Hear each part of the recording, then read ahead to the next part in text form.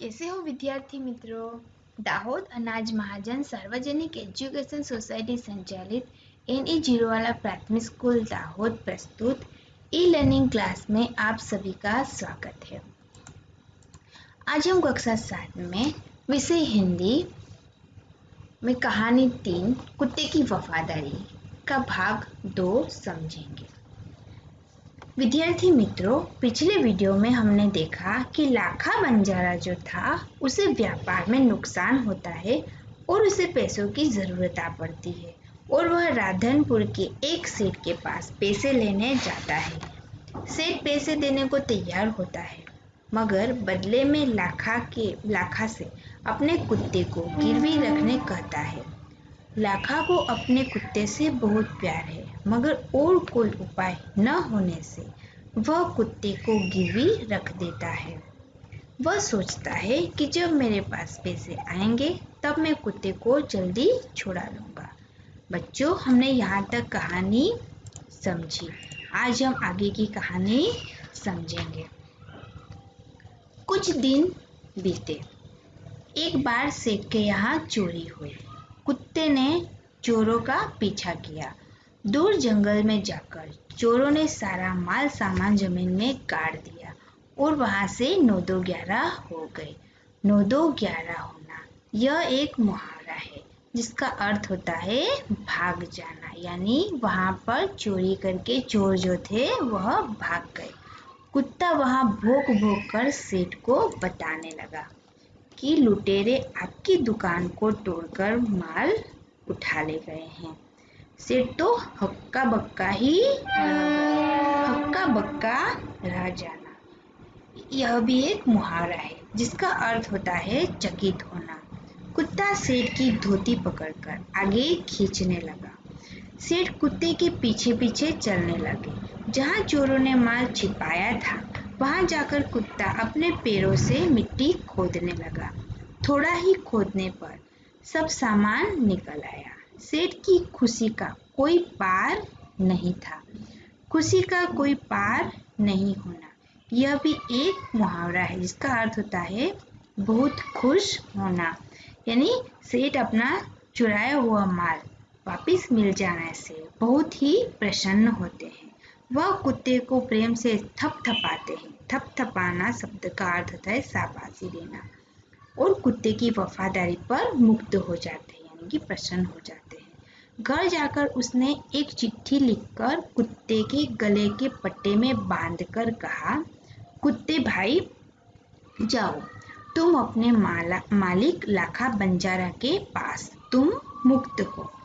कुत्ता खुश हो गया और अपने मालिक से मिलने के लिए जल्दी जल्दी भागने लगा।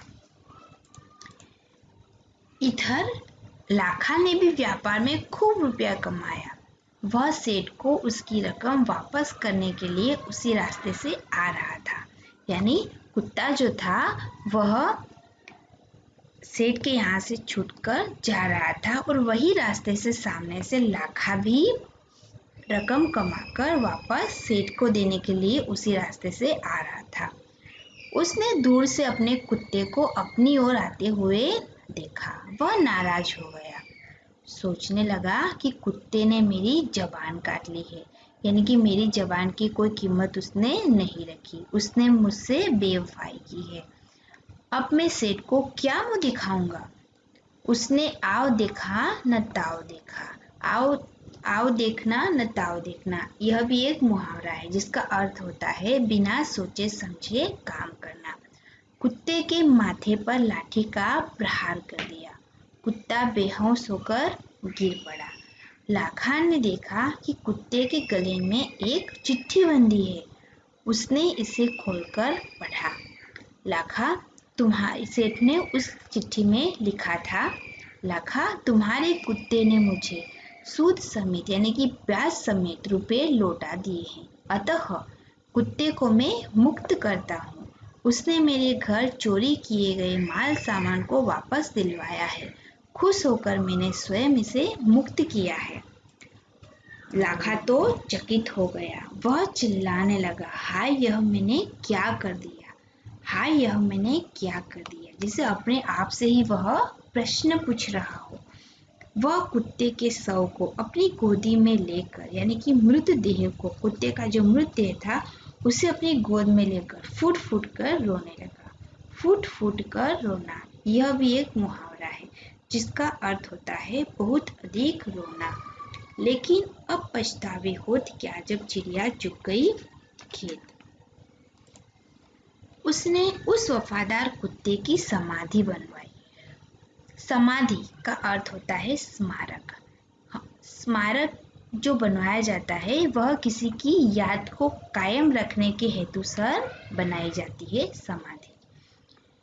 हाँ, यह समाधि पाटन जिले के राधनपुर के तालाब के किनारे पर खड़ी है और उस कुत्ते की वफादारी की कथा संसार को सुना रही है। विद्यार्थी मित्रों, यहाँ पर एक कहावत दी गई है, अब पछतावे होत क्या जब चिड़िया चुग गई खेत। नुकसान हो जाने के बाद, अर्थात समय निकल जाने पर पछतावा करने से कोई लाभ नहीं होता। विद्यार्थी मित्रों, इस उक्ति में कहा गया है कि खेत की रखवाली तब करनी चाहिए जब उसमें फसल हो। यदि खेत की रखवाली समय पर न की जाए तो चिड़िया खेत चुग जाती है। उसी प्रकार लाखा बंजारा बिना सोचे समझे कुत्ते पर लाठी का प्रहार करता है। उसके गले में बंधी हुई चिट्ठी को नहीं देखता है। यदि लाखा जल्दबाजी न करके उस चिट्ठी को देखता तो उसके वफादार कुत्ते की जान बच जाती।